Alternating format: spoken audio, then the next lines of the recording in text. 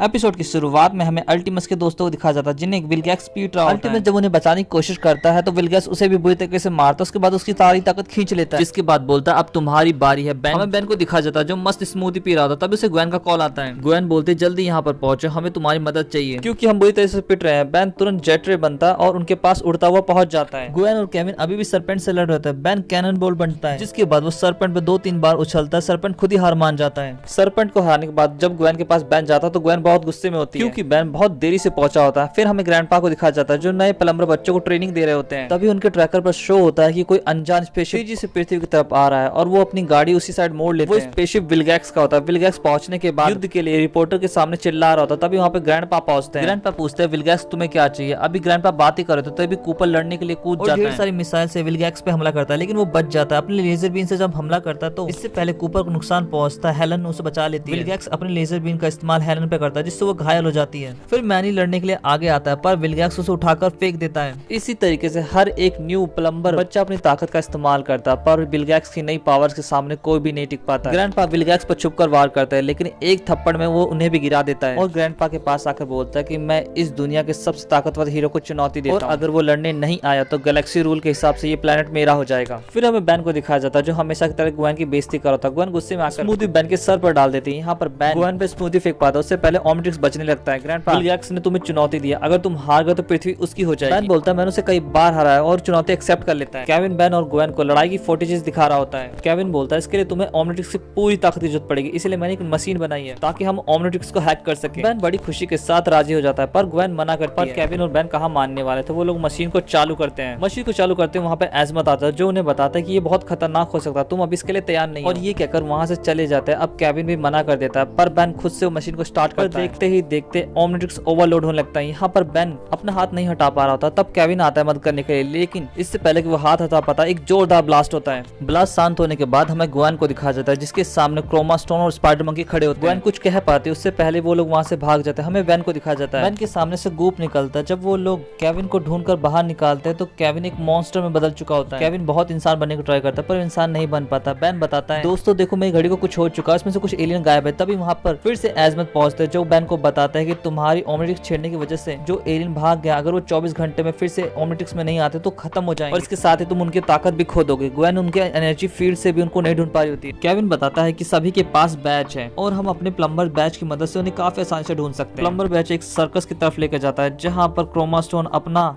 गुस्सा बाहर निकालता है। यहाँ पर बेन क्रोमा स्टोन को बुलाने की कोशिश करता है। केविन को लगता है इससे बात नहीं बनेगी इसीलिए वो लड़ने चला जाता है। यहाँ पर केविन को अपनी नई शक्तियों के बारे में कुछ नया पता चलता है पर फिर भी क्रोमा स्टोन उसको पीटने लगता है। लास्ट स्ट्रोक खेलने से पहले ग्वेन उसे बचा लेती है। बेन यहाँ पर अपचक बनता है। क्रोमा स्टोन जब उस पर अपनी एनर्जी इस्तेमाल करता है तो वो उसकी एनर्जी उसे ही वापस कर देता है। इससे केविन को टाइम मिल जाता है और पीछे से शॉट मारता है जिससे वो बेहोश हो जाता है। क्रोमा स्टोन को बेहोश होते ही बेन उसे अब्सॉर्ब कर लेता है। फिर सभी अगले एलियन को पकड़ने के लिए निकल जाते हैं। यहाँ पर ग्वेन बताती है कि अब विलगैक्स में 10 एक्स्ट्रा सुपर हीरो की पावर आ चुकी है, तुम्हें बेन संभल के रहना चाहिए। तभी उनकी कार जाल में जाके फंस जाती है और वो जाल स्पाइडर मंकी को होता है। स्पाइडर मंकी ग्वेन को खींच लेता है और ग्वेन की तरफ तेजी से बढ़ने लगता है। यहाँ पर केविन बताता है कि स्पाइडर मंकी ग्वेन के सर में अंडे देने जा रहा है, उसके अंडों से जब बच्चे निकलेंगे तो ग्वेन का वो भेजा खा जाएंगे। बेन बोलता अरे तेरी। उसके बाद वो अपने आप को ब्रेन स्टोन में बदल लेता है और स्पाइडर मंकी के पास पहुंचकर सबसे पहले ग्वेन को आजाद करता है। यहाँ पर टाइम पे केविन ग्वेन को गिरने से पहले ही पकड़ लेता है। बेन स्पाइडर मंकी को समझा रहा था मेरा बाबू मेरा सोना मेरी घड़ी में वापस आ जाए पर स्पाइडर मंकी मूड में नहीं होता इसीलिए वो उसे जकड़ लेता है और उस पर अंडे देने की कोशिश करता है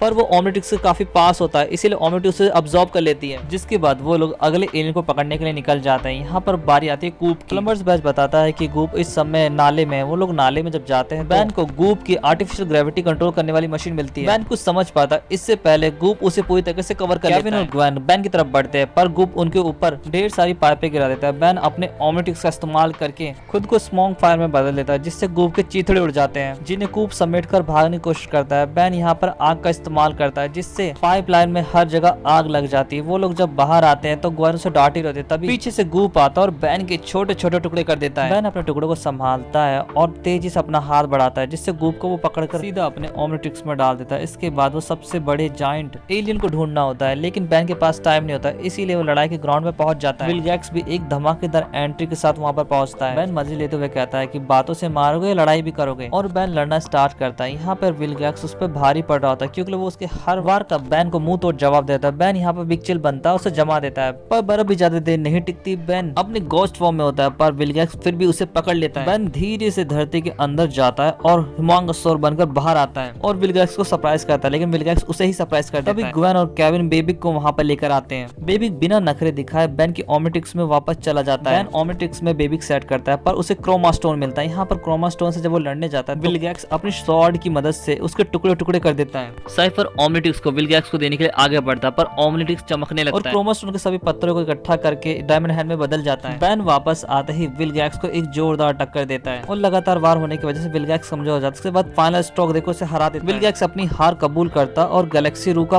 पालन करते हुए वहां से निकल जाता है। बैन बोलता है कि सभी ने मेरा असली रूप देख लिया होगा, जिस पर ग्रैंडपा बोलता है कि मैंने ब्रॉडकास्ट बीच में ही रोक दिया था, तुम्हारा राज अभी भी राज है। और इसके साथ ही ये एपिसोड यहाँ पे खत्म हो जाता है।